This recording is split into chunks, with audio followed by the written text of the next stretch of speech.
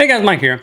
So obviously, red day in the market, a lot of people taking profits. As I'm recording this, I see the market trying to stage somewhat of a comeback, which wouldn't surprise me if a lot of people are buying this dip. That would not surprise me at all, because next week's a huge week. And, you know, I thought we'd start off with the funny part of the day. And I'm going to tell you why the market sold off the most. And it actually was bad news. It really was. It doesn't look good for the economy and where we're heading, to be honest with you. But I thought, you know what, let's get some humorous stuff out of the way for just a second here. And watch this right here. This is a hot mess. Over the course of your career, has your husband ever made a stock purchase or sale based on information he's received from you? What are you saying? Over the course of your career, has your husband ever made a stock purchase or sale based on information he received from you? No, absolutely not. Of course not. How would I tell him anything? We never have pillow talk about, you know, NVIDIA or chips or, you know, Microsoft or anything like that. I mean, it's so ridiculous. It's funny, man. And I don't just pick on her. Trust me, I'm sure the other ones do it. I don't care.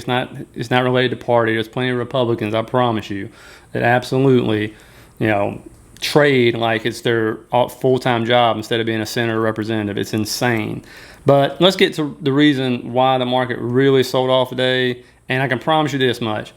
If we weren't on this rally and we were still in that downturn, I mean, we're still in the downturn, but if we hadn't started this rally and we were still selling off like crazy, this, to me, would have been the capitulation day. I think you would have seen just the next week just absolutely implode the markets. But what happens, I'll tell you, where's the momentum at? It's shifting up right now for the short term, at least, going into next week.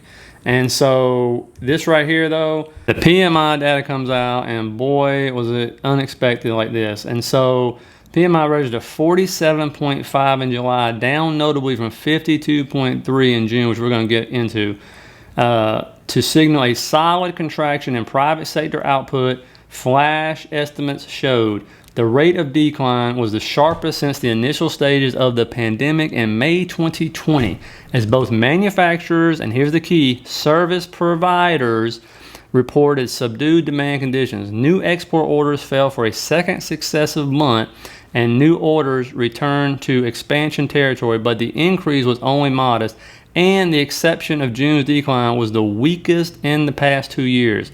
Challenges retaining employees and some reports of cost-cutting initiatives led to the weakest rise in staffing numbers since February.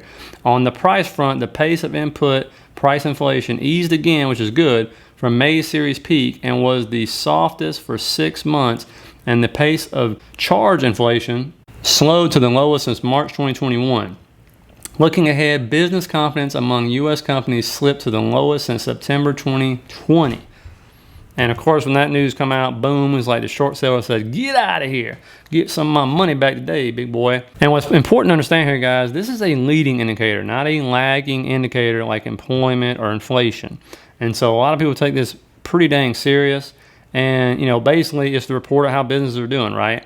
And the economy as a whole. And I'm a visual person, so you know, maybe that didn't, you know, really get to you a little bit, but here's the visuals, guys, and this is why this is really important to understand. So here's the bar chart you can see, and you know what?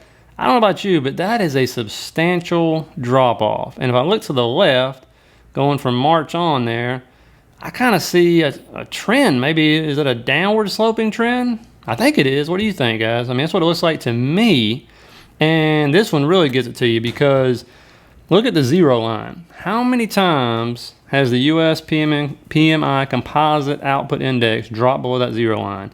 Let's see here. 2020, 2014, don't know why, it just breached it barely. And then 2008, so going back to 07 here. And you can see where we're at right now. You can see to the left there, that is U.S. GDP.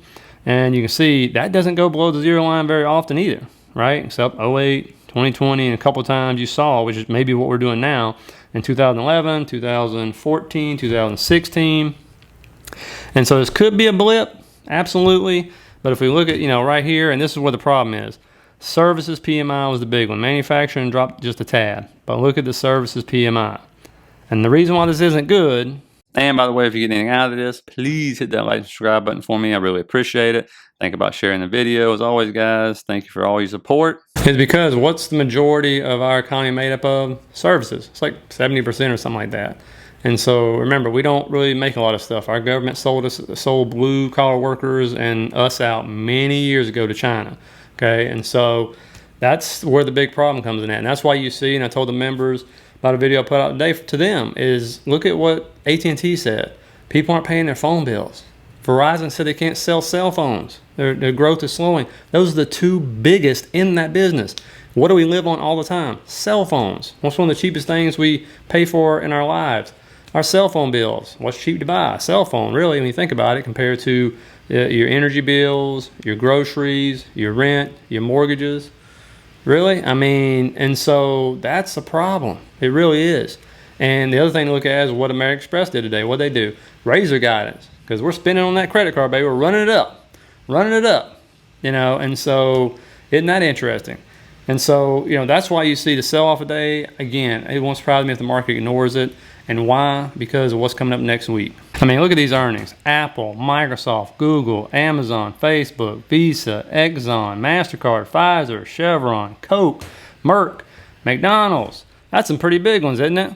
And I mean, I love this meme right here because this is what I think it's going to be looking like. It's like, nope, down. Wait a minute, maybe, no, still go down. And on top of that, what else do we got? The Fed meeting too. I mean, boy, what a packed week, right? And I'm sure there's something else I'm forgetting, but man, that's going to be an epic week next week, right? I mean, the market is like just teetering right now. People don't know what to do. And again, do we have okay earnings, right? Do they hold guidance? Does Apple put back out its guidance and the market looks past it and just looks past this data that just came out today and say, whatever, and keep moving? Or do we hear on those earnings calls? And remember, this is the dangerous part. I was telling somebody today in the comments, when you have, is it 6 stocks, I looked it up this morning, 6 stocks that make up 20% of the S&P, so a fifth of it, and almost 34% of the NASDAQ. When you 6 stocks, that's dangerous. That's crazy, right? And so, boy, if you have another bad round of earnings like we did the last quarter, and they come out and pull guidance, downgrade guidance, whatever it is, the market decides it can't look past it, yeah, the market's going to drop a whole lot because those stocks by themselves just have an immense weight, right? And it sucks that hedge fund, everybody else has done that. I don't know if it's ever been like this in history, but I've got to say it's got to be the first time 6 stocks hold that much weight, I would think, honestly, over the last 5 years maybe. I don't know. Let me know in the comments if I'm wrong about that. Maybe in the 2000s, 6 stocks held that much weight too, but I find that hard to believe. And so, yeah, next week's going to be interesting. Buckle up. It's going to be fun.